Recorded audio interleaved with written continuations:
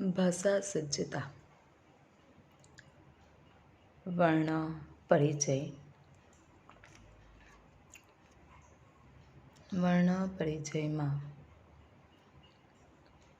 સ્વર અને વ્યંજન એમ બે પ્રકાર હોય છે. સ્વરના બીજા 5 પ્રકારોની અંદર હસ્વ સ્વર, દીર્ઘ સ્વર, સંયુક્ત સ્વર,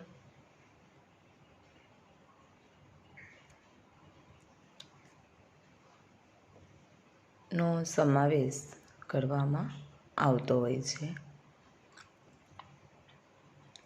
જ્યારે વ્યંજનની અંદર વ્યંજનના પ્રકારો 5 છે. કંઠ્ય, તાલવ્ય, મૂર્ધા, દંત્ય અને ઓષ્ઠ્ય. તો વર્ણ પરિચયમાં હસ્વ, દીર્ઘ અને સંયુક્ત એટલે કે સંધિ દીર્ઘ એમ 3 પ્રકારની અંદર આપણે જોઈએ તો કે સ્વરના 3 અને વ્યંજનના 5 પ્રકારો છે. એમાં ઘોષ અને અઘોષ એમ 2 વિભાગો પાડીને આપણા જે વર્ણો છે એ વર્ણોનું વિભાજન કરવામાં આવેલું હોય છે. તો એની સમજૂતી મેળવતા પહેલાં જે આપણને અહીં કોષ્ટક આપવામાં આવેલું છે એ કોષ્ટકને ધ્યાનથી જોઈ અને કયા પ્રકારની અંદર સ્વર અને વ્યંજનના કયા પ્રકારની અંદર કયા વર્ણનો સમાવેશ કરવામાં આવેલો છે તેની આપણે વિગતવાર સમજૂતી જોઈશે. તો એ પહેલાં સ્વર અને વ્યંજનની માહિતી મેળવતા પહેલાં વર્ણ કોને કહેવાય એના વિશે જોઈએ. તો કે વર્ણ એટલે કે વર્ણની વ્યાખ્યા એકલો સ્વર કે એકલો સ્વર રહિત વ્યંજનને એટલે કે જેમાં જે વ્યંજન છે એ વ્યંજનમાં સ્વરનો સમાવેશ થતો નથી એટલે કે એકલો સ્વર અને એકલા વ્યંજનને વર્ણ કહેવામાં આવે છે. હવે સ્વર એટલે કયા કયા તો કે આપણને ખ્યાલ જ છે ગુજરાતી હિન્દીમાં. તો એ જ રીતે એ જે ભાષાના જે સ્વરો છે એ જ સ્વરોનો સંસ્કૃતમાં પણ ઉલ્લેખ થયેલો છે.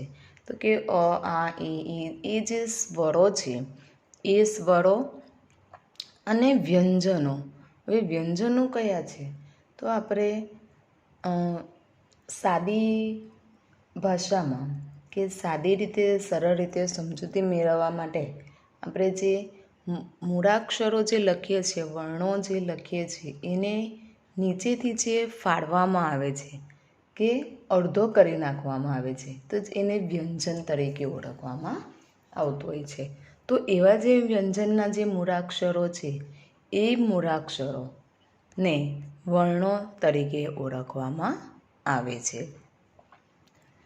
તો હવે સ્વરો 13 સ્વરો અને 43 વ્યંજનો 33 વ્યંજનો 13 સ્વરો અને 33 વ્યંજનો એ બે ભેગા મળીને કુલ 46 વર્ણો હોય છે.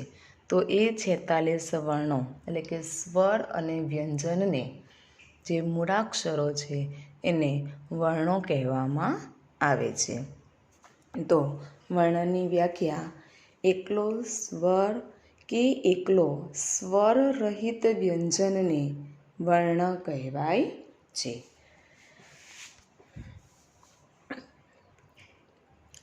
હવે જોઈએ સ્વર.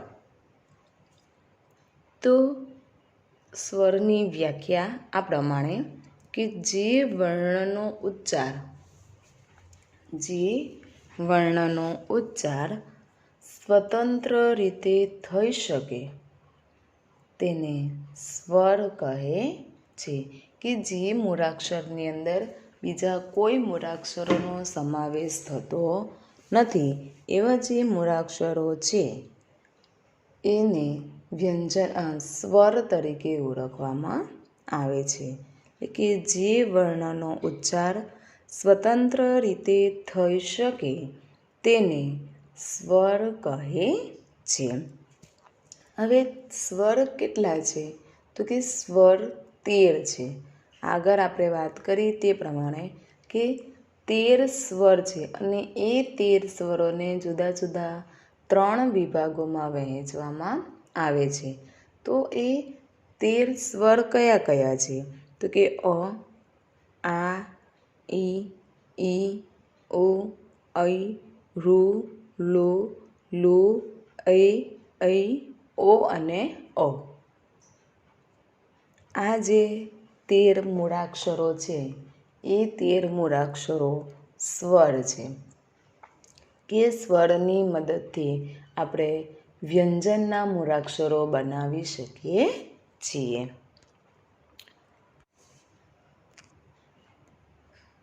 હવે સ્વર્ણાહ પ્રકારાહ. સ્વરાણામ પ્રકારાહ એટલે કે સ્વરોના પ્રકાર. તો સ્વરોના 3 પ્રકાર છે.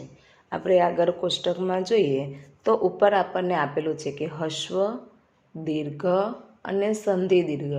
એટલે સંધિ દીર્ઘ જે શબ્દ છે એને સંયુક્ત સ્વર પણ કહેવામાં આવે છે. તો કે હસ્વ, તો હસ્વ સ્વર જે છે, હસ્વ સ્વરની અંદર કયા કયા મૂળાક્ષરો આવેલા છે? તો કે આપણે જોઈએ કે એમાં 5 મૂળાક્ષરોનો સમાવેશ થયેલો છે. કે જેમાં અ, ઈ, ઉ, ઋ અને લું. એમાં જે છેલ્લો જે શબ્દ છે લું નો વપરાશ સામાન્ય રીતે આપણે કોઈ પણ જગ્યાએ કરતા નથી. એટલે કે પાઠ્યપુસ્તકથી માંડીને દરેક જગ્યાએ આપણે એ મૂળાક્ષરનો વપરાશ સામાન્ય રીતે આપણને ક્યાંય પણ જોવા મળતો નથી.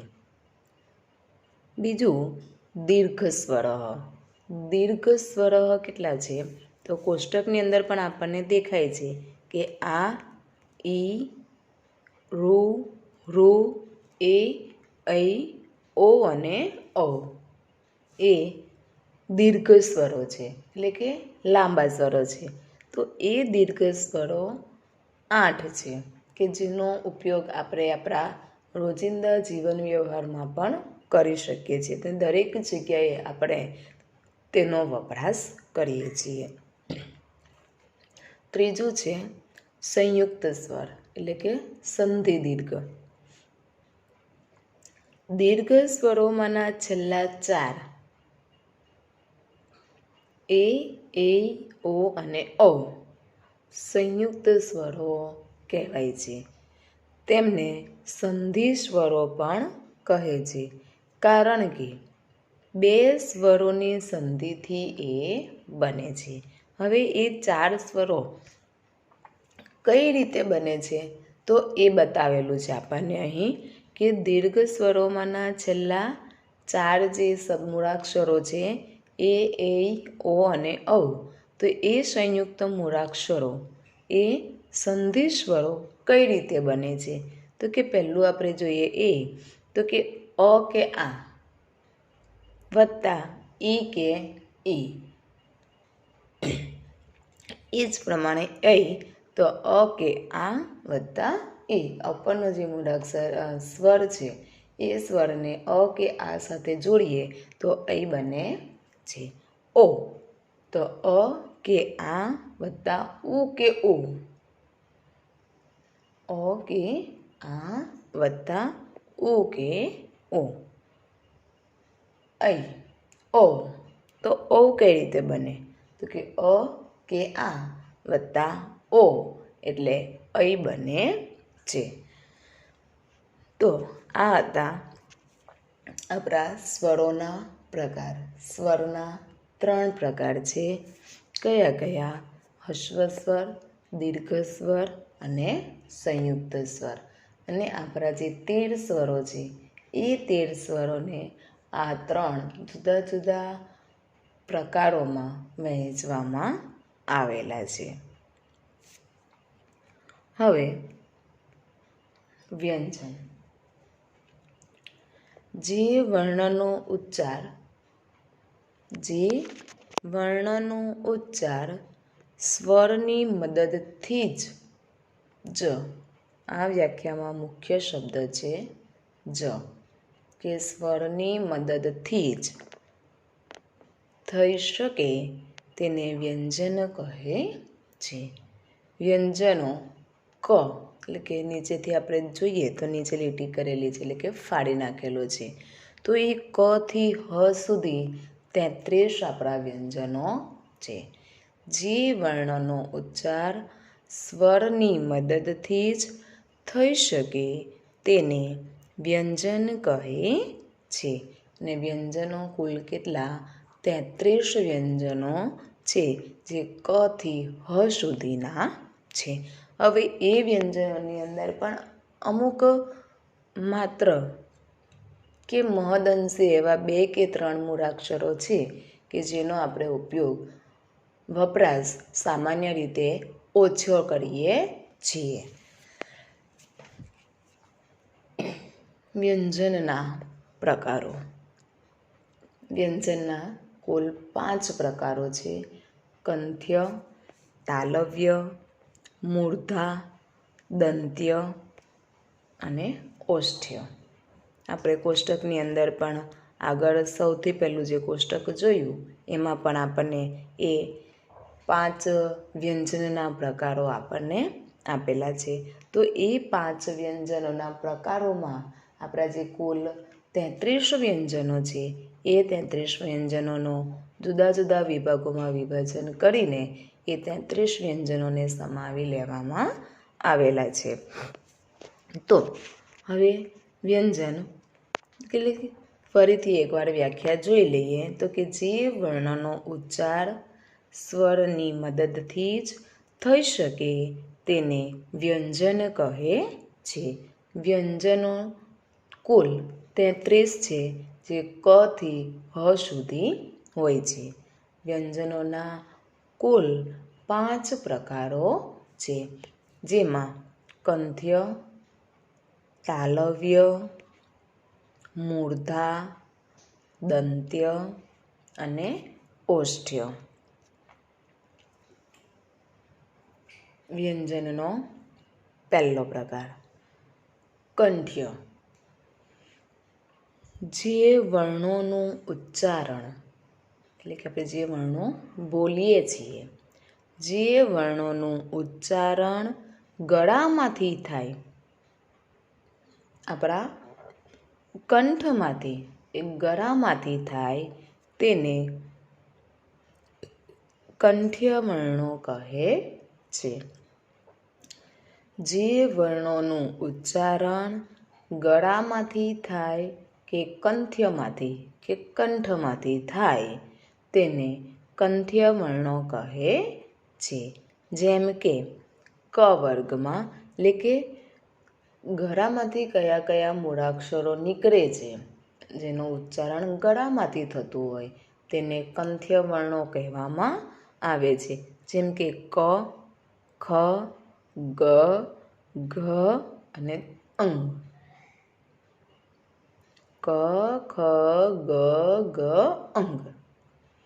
આપણે ઘરે પણ આની પ્રવૃત્તિ તરીકે આને આપણે બોલવાનો જે પ્રયત્ન કરીએ તો એક વખત આપણી પ્રવૃત્તિ પણ થઈ જશે અને ખરેખર આ રીતે જ ઉચ્ચારણો ગળામાંથી નીકળે છે કે કેમ તેની પણ આપણને સમજૂતી મળી જશે, આપણને તેનો ખ્યાલ આવી જશે. એટલે કે કંઠ્ય વર્ણો, જે વર્ણોનું ઉચ્ચારણ ગળામાંથી થાય તેને કંઠ્ય વર્ણો કહે છે. જેમ કે ક, ખ, ગ, ઘ અને અંગ. બીજું તાલવ્ય.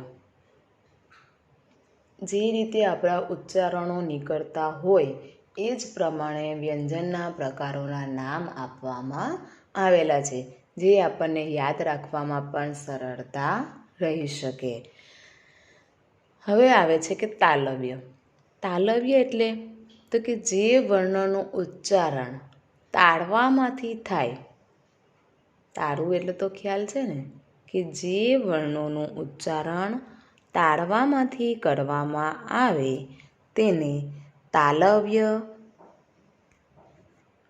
વર્ણો કહે છે. તાળવું એટલે કે આપણા મોઢાની અંદર જ્યાં જીભ ઉપર નીચે થાય અને આપણી જીભ જો ઉપર પહોંચે કે નીચે આવે તો ઉપરનો જે ભાગ છે એને તાળવું કહેવામાં આવે છે. તો કે જે વર્ણોનું ઉચ્ચારણ તાળવામાંથી કરવામાં આવે છે તેને તાલવ્ય વર્ણ કહે છે. જેમ કે ચ, છ, જ, ઝ અને ઝ. ચ, છ, જ, ઝ અને જ. ત્રીજું મૂળતા. જે વર્ણોનું ઉચ્ચારણ કરતી વખતે જીભ મોઢાના તાળવાનો સ્પર્શ કરવો પડે તેને મૂર્ધવ્ય વર્ણો કહે છે. કે જેનું બોલતી વખતે, જે મૂળાક્ષર બોલતી વખતે આપણી જીભ ઉપર મોઢાના ઉપરના તાળવે પહોંચે કે ઉપરના તાળવાને અડે તો તેને મૂર્ધવ્ય વર્ણ તરીકે ઓળખવામાં આવે છે. જે વર્ણોનું ઉચ્ચારણ કરતી વખતે જીભ મોઢાના તાળવાનો સ્પર્શ કરે તેને મૂર્ધન્ય વર્ણો કહે છે. જેમ કે ટ, ઠ, ડ, ઢ, અણ. ત, થ, ડ, ધ અને અણ. આ જે મૂળાક્ષરો છે એ મૂળાક્ષરો બોલતી વખતે આપણી જે જીભ છે એ જીભ ઉપરના તાળવાને સ્પર્શ કરે છે. એટલે કે બોલતી વખતે આપણી જીભ ઉપર અડી જાય છે તો તેને મૂર્ધન્ય વર્ણ કહે છે. દંત્ય. જે વર્ણોનું ઉચ્ચારણ કરવા માટે જીભ વડે ઉપરના દાંતનો સ્પર્શ કરવો પડે તે વર્ણને દંત્ય વર્ણો કહે છે. જે વર્ણોનું ઉચ્ચારણ કરતી વખતે કે કરવા માટે જીભ વડે ઉપલા દાંતનો સ્પર્શ કરવો પડે તે વર્ણોને દંત્ય વર્ણો કહે છે. જેમ કે ત, થ, ડ, ધ, ન. ત, થ, દ, ધ, ન. આ જે મૂળાક્ષરો છે એ મૂળાક્ષરો કે વ્યંજનો બોલતી વખતે આપણી જીભ ઉપરના દાંતને સ્પર્શ કરે છે, એટલે કે અડી જાય છે તો એ વર્ણોને દંત્ય વર્ણો, દંત્ય એટલે કે દાંત, દંત્ય વર્ણ તરીકે ઓળખવામાં આવે છે.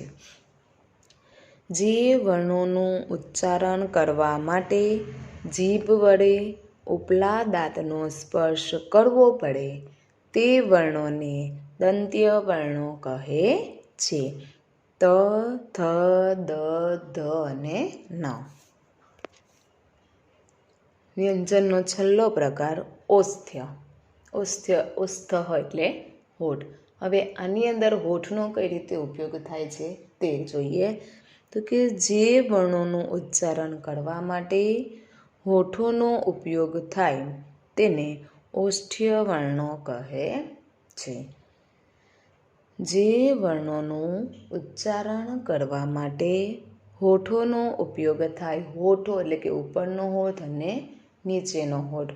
ઉપરનો હોઠને ઓષ્ઠ કહે અને નીચેના હોઠને અધરમ કહેવામાં આવે છે. આ આપણે છઠ્ઠા ધોરણની મમ અંગાની જે પાઠ છે એની અંદર આપણે એની સમજૂતી મેળવી લીધેલી. તો કે જે વર્ણોનું ઉચ્ચારણ કરવા માટે હોઠોનો ઉપયોગ થાય તેને ઓષ્ઠ્ય વર્ણો કહે છે. જેમ કે પ, ફ, બ, ભ અને મ. કે આ મૂળાક્ષરો બોલતી વખતે આપણા બંને હોઠ એકબીજાને સ્પર્શ કરે છે, તેથી તેને ઓષ્ઠ્ય વર્ણ કહેવામાં આવે છે. જે વર્ણોનું ઉચ્ચારણ કરવા માટે હોઠોનો ઉપયોગ થાય તેને ઓષ્ઠ્ય વર્ણો કહે છે. જેમ કે પ, ફ, બ, ભ અને મ. આ વર્ણ, સ્વર અને વ્યંજન, સ્વરના પ્રકારો અને વ્યંજનના પ્રકારો અને આગળનું કોષ્ટક એ દરેક વસ્તુ જે નોંધ સ્વરૂપે નોટમાં લખવાની રહેશે.